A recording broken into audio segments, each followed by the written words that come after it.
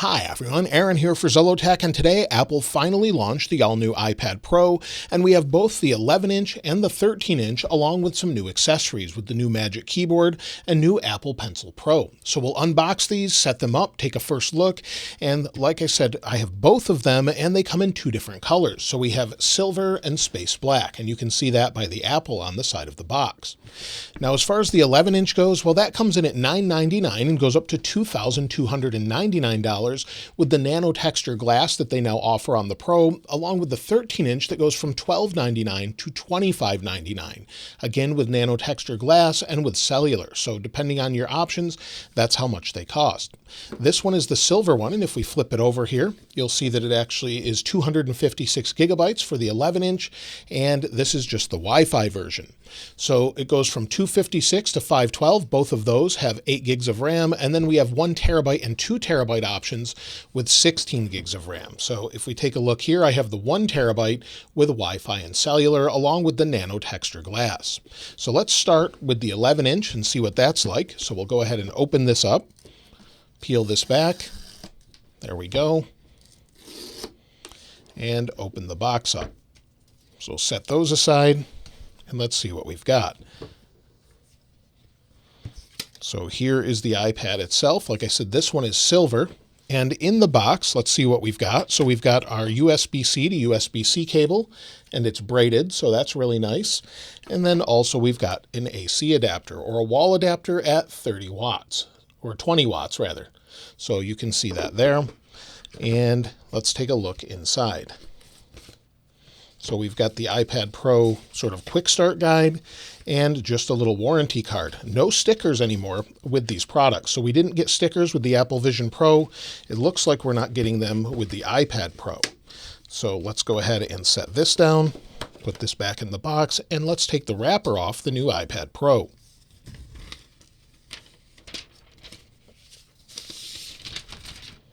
So this one is not the Nano-Texture coating, so let's put this aside and then we'll take a look around the outside edge of them after we unbox the 13-inch.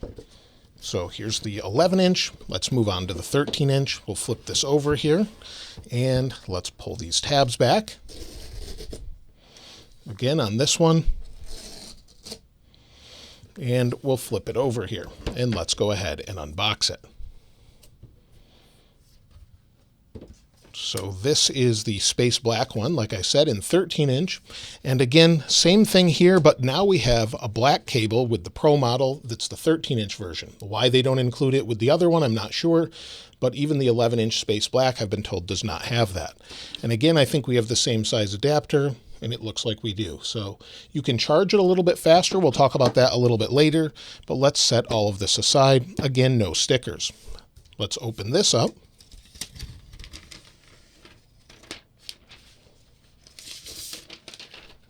And let's put the box aside. Now that we've got both unboxed, you can see the difference right away with the displays. Here we have just regular glossy glass and then the Nano-Texture glass. Now, one thing to point out is that there's no Nano-Texture on the outside edge. So you can see it here where it's nice and sort of matte finish, but then no glossy texture. Oh, one thing I forgot is I believe there's a polishing cloth in the box of the 13-inch with the Nano-Texture. So let's go ahead and take a look. And there it is. Now, I remember someone posting that online, so it looks like we've got a polishing cloth included if you have the Nano-Texture one, and then a little thing here that says cleaning the display. Clean your iPad Pro display only with the included polishing cloth. For infrequent cleaning of hard-to-remove smudges, a 70% isopropyl alcohol solution may be used. Do not spray solution directly on the display. For additional polishing cloths, visit apple.com. So, looks like you're only supposed to use this polishing cloth, probably one of the ones you can use with the Pro Display XDR as well, but again, you'll need that to polish the display. Now, this is thinner this time around and lighter and supposedly more rigid, and I can actually feel that already. Apparently, it has a spine down the center, and it's definitely more rigid than the previous one. Now, I'm sure if you really wanted to break this, you could, but it feels much more rigid. So if we take a look at the back of the silver one, we've got our pogo pin connectors, or connectors for our Magic Keyboard here. We're down to one camera, And then we have our LiDAR sensor, we've got our True Tone flash, along with another sensor that could be an ambient light sensor, since we can scan documents a little nicer with this one. On the outside edge, it's much of the same here, where we have 4 speakers on the left-hand side, along with our microphone, our power sleep wake button, and this would be the top or left hand, depending on how you orient it. And then on the right-hand side, you've got your volume buttons and then the little spots so you can place the Apple Pencil. On the bottom, USB-C, again with more speakers. So pretty much what we're used to. And then the same is true with the iPad Pro in space black. And for a quick comparison as far as the overall color, since everything else is the same here, let's take a look compared to the previous generation. So this is the silver one, but this is the mini LED 12.9 version. And if we compare them side by side, I don't want to bump them together, but this gives you an idea of what they look like. So very similar as far as the overall height. There is a slight difference there, but you can see the thickness or thinness difference.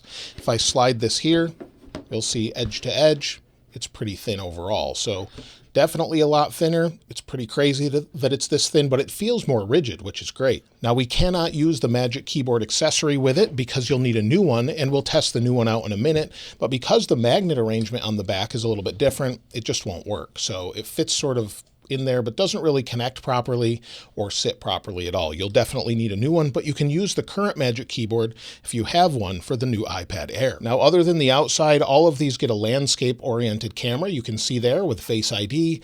Let's go ahead and boot them both up. So these are pretty lightweight, 1.28 pounds or 582 grams versus 1.51 pounds or 685 grams. It's slightly lighter with cellular, but that's the difference between the 13-inch models. So we're booting that one up. Let's boot the other one up here. Give it a second to turn on, and we'll get them both set up. So there we go. Both are turned on. Now both are on. Let's slide up, and I'll get one of these set up at least on camera, and I'll set up the other one off to the side.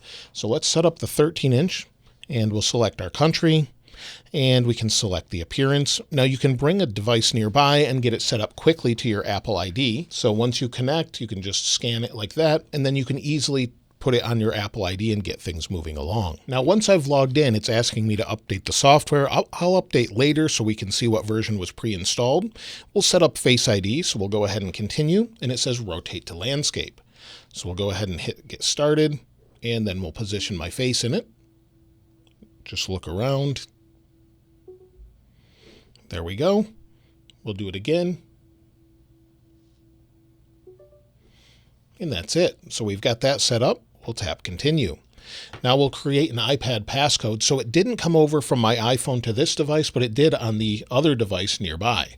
So as I'm setting both up, it's actually asking me to do both of the same things, but it connected by itself. So I'll set up a passcode. Now I want to set this up as new, so I won't transfer anything. And then we have our Apple ID. So if you've already connected with an iPhone or iPad, it will just sign you in. But if you haven't, you'll need to enter it here. So it'll sign into the iCloud account. We'll give it a few minutes. Now it says make this your new iPad. I'll go ahead and tap continue. Then we can update automatically. I won't do that right now. I'll enable location services. Then we can transfer my data plan that I have, so I can do that now or later. It's asking if I want to continue on the beta program. I'll tap don't continue for now. We can always change that later, and then we'll go ahead and get started. Now, both devices are set up, and one of the big changes this year is we have a new OLED display, a new tandem OLED for extra brightness and color accuracy. We have an 11-inch 2420 by 1668 at 264 pixels per inch. On the 13-inch, we have 2752 by 2064 with, again, 264 pixels per inch. 1000 nits regular brightness. It was 600 before with mini LED, and then up to 1600 nit peak HDR. So the same brightness as before, but a more sustained higher brightness at 1000 nits. Now, as far as PWM, let's take a look at that, and then we'll move on to software.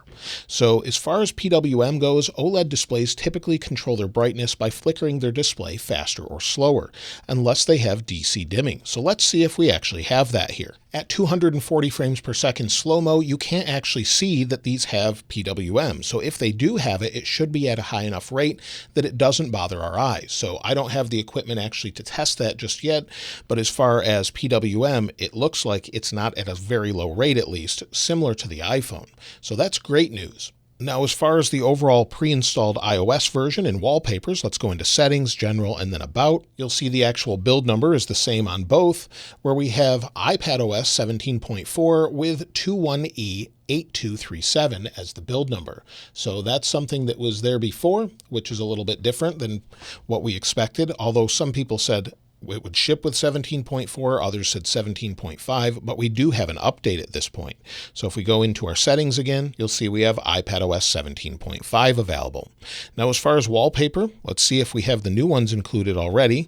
So we can go ahead and add one here and see if we've got the new ones. And we do have the new iPad Pro wallpaper. So let's go ahead and add that. And then I'll update these a little bit later. Something else I wanted to note about the software is Apple has finally added battery health to the iPad. They're not adding this to older devices, so similar to what we had with the iPhone 15 models, but if we go into battery and battery health, you can now see similar things such as cycle count like we have on the iPhone 15 series. We have the 80% limit. We have maximum capacity and current battery health. So they've finally added this. It's just something we've been waiting for, or a lot of people have wanted. Personally, I wouldn't mind if they removed the overall percentage, but telling us that it's normal is always great to see. With the displays, of course, they look incredible being OLED displays, and they both have ProMotion, which is super smooth.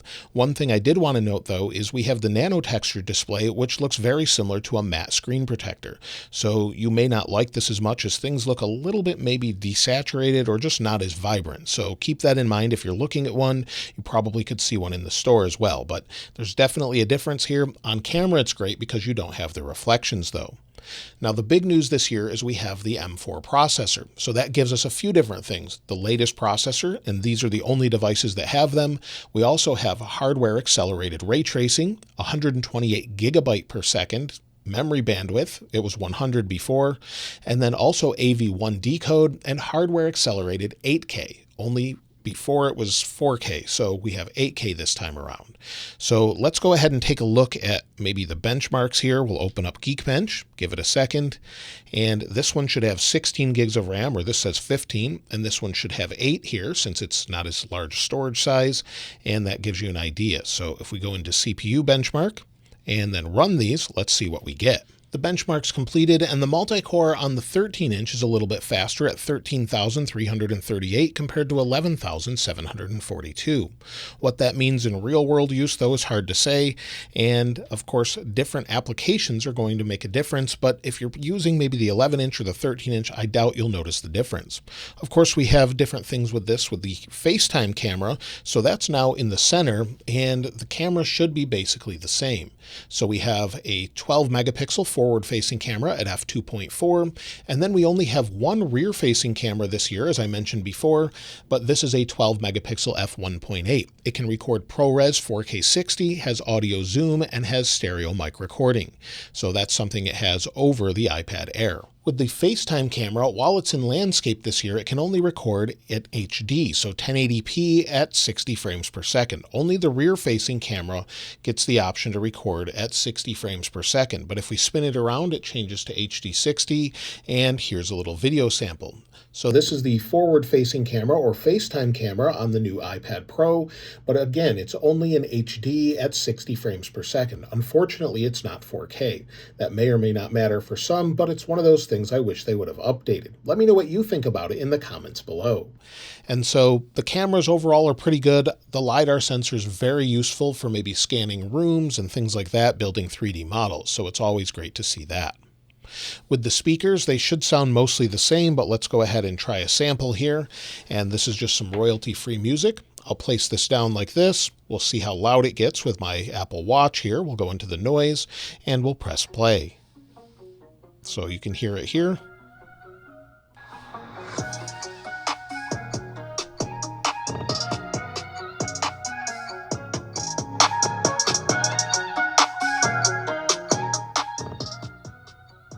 The speakers sound really good, and they go up pretty loud, so as loud as you would need. They have good bass, and they don't seem to distort at high volume, so that's always nice to see. So I'm pretty impressed with that overall. So let's go ahead and talk about the battery a little bit, as they've shrunk it, but it's the same battery life. So the M4 processor should be more efficient, and now we have battery life that's 10 hours or 9 hours of regular browsing with the cellular model. or basically the same battery life as before. I would have loved to see them keep the iPad a little bit thicker, the same thickness, maybe get rid of the camera bump, and just put a larger battery, giving us maybe 20 hours of battery life.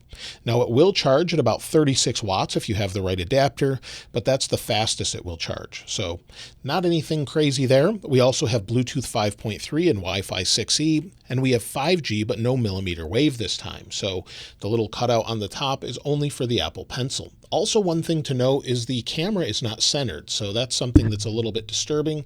You'll see the camera here. This is centered on top, and the camera is slightly to the left of that. So hopefully you can see that. The center would be more about right here, not shifted to the left. So that's something worth noting. Now let's go ahead and unbox the other accessories and take a look at them. Now I have the Apple Pencil Pro and the Magic Keyboard, but I only have the Magic Keyboard for the 13-inch model. So these are $350 for the larger size or $299 for the smaller size. So it should be pretty nice. This feels very heavy compared to what the iPad was. You'll see the price there in the bottom right. Let's go ahead and open it up. So we'll pull this off here. Remove the other one. And let's see what this looks like. I haven't really seen one of these in person yet, so slide this over. There's the Magic Keyboard itself, fairly heavy. Let's open it up.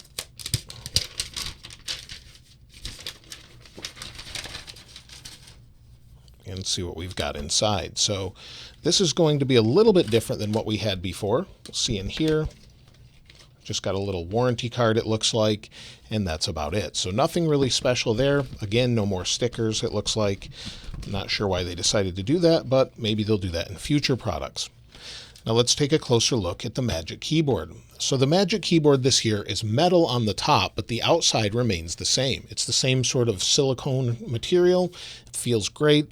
And they've changed the hinge a little bit where it's a little more flat this time around. So compared to the previous one, if I bring that in, you'll see here that this time around, it's flattened out on the new one, and it's the same sort of edge or the same sort of material as the old one and very similar sizes. So that gives you an idea as far as the thickness, but we have aluminum here on the inside this time around.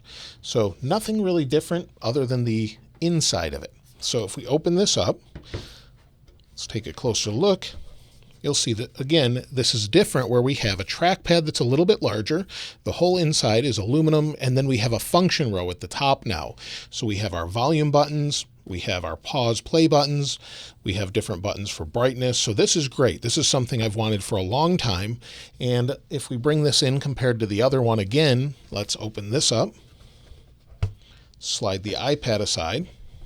You'll see the difference here with the trackpad. Although you can already see my fingerprints, the trackpad's noticeably larger. It's a haptic trackpad this time around, and the actual part here on the back sits back farther than before.